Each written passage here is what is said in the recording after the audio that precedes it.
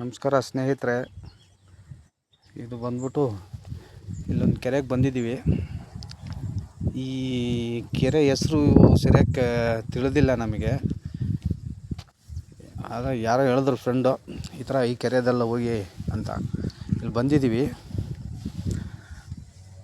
ನೋಡೋಣ ಶಿಕಾರಿ ಯಾವ ಥರ ಆಗ್ತಾಯಿದೆ ಅಂತೇಳಿ. ನೆನ್ನೆ ಒಂದು ವೀಡಿಯೋ ಹಾಕಿದ್ದೆ, ಲಾಸ್ಟ್ ವೀಡಿಯೋ ಹಾಕಿಲ್ಲ, ಯಾಕಂದರೆ ಅಲ್ಲಿ ಏನು ಸಿಕ್ಕಿಲ್ಲ, ಅದಕ್ಕೆ ನಾನು ಏನು ಹಾಕಿಲ್ಲ. ಫುಡ್ಡು ಮಿಕ್ಸ್ ಮಾಡ್ತಾ ಇದ್ದಾರೆ. ಬಟ್ ಗಾಳಗಳು ನಾವು ಜಾಸ್ತಿ ತಗೊಬಂದಿಲ್ಲ, ಸುಮ್ಮನೆ ಟೆಸ್ಟ್ ಮಾಡೋಣ ಅಂತ ಬಂದಿದ್ದೀವಿ. ಏನಾದ್ರು ಶಿಕಾರಿ ಆದರೆ ಲೊಕೇಶನು ಮತ್ತು ಈ ಏರಿಯಾ ಹೆಸರು, ಯಾವ ಮೀನು ಸಿಗ್ತಾ ಇದೆ ಅಂಥೇಳಿ ಒಂದು ವೀಡಿಯೋನ ನಾವು ಪೋಸ್ಟ್ ಮಾಡ್ತೀವಿ. ಮತ್ತು ಸದ್ಯಕ್ಕೆ ಇವಾಗ ಬಂದಿದ್ದೀವಿ. ಬರ್ಬೇಕಾದ್ರೆ ಕುಡಿಯೋ ನೀರು ಕೂಡ ಮರ್ತ್ಬಿಟ್ಟು ಬಂದಿದ್ದೀವಿ. ಕುಡಿಯೋಕ್ಕೆ ನೀರು ಕೂಡ ಇಲ್ಲ ಇಲ್ಲಿ. ನೀವು ನೋಡ್ಬೋದು ಕೆರೆ ಪರವಾಗಿಲ್ಲ, ಸುಮಾರಾಗಿ ಐತೆ ಕೆರೆ. ನೋಡಿ ಆ ಕಡೆ ಅಪಾರ್ಟ್ಮೆಂಟ್ಸ್ ಎಲ್ಲ ಫುಲ್ ಇದೆ.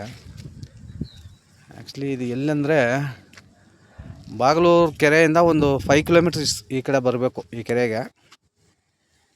ನೋಡಿ ಜಾಗ.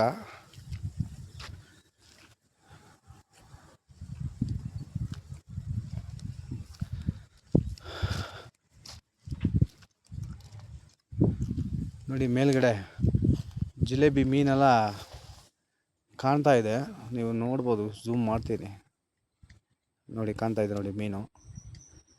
ಜಿಲೇಬಿ ಮೀನು ಮೇಲೆ ತೇಲ್ತಾ ಇದೆ. ಇಲ್ಲಿ ಯಾವ ಮೀನು ಇದೆ ಅಂತ ಗೊತ್ತಿಲ್ಲ, ಬಟ್ ಸದ್ಯಕ್ಕೆ ಜಿಲೇಬಿ ಮೀನುಗಳು ಕಾಣ್ತಾ ಇದೆ. ನೀವು ಕಾಣ್ಬೋದು ನೋಡಿ, ಓಡ್ತಾ ಇದೆ ನೋಡಿ.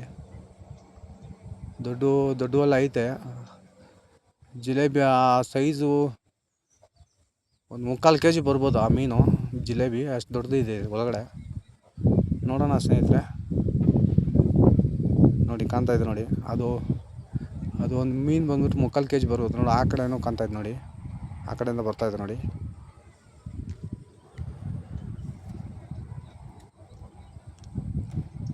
ನೋಡಿ ಕ್ಲೀನಾಗಿ ಕಾಣ್ತಾ ಇದೆ ನೋಡಿ. ಇವಾಗ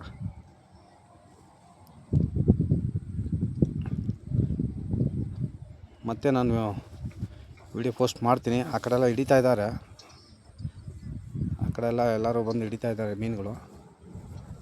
ನೋಡೋಣ ಫ್ರೆಂಡ್ಸ್, ಮತ್ತೆ ನಾನು ತಿರ್ಗಾ ಅಪ್ಡೇಟ್ ಮಾಡ್ತೀನಿ.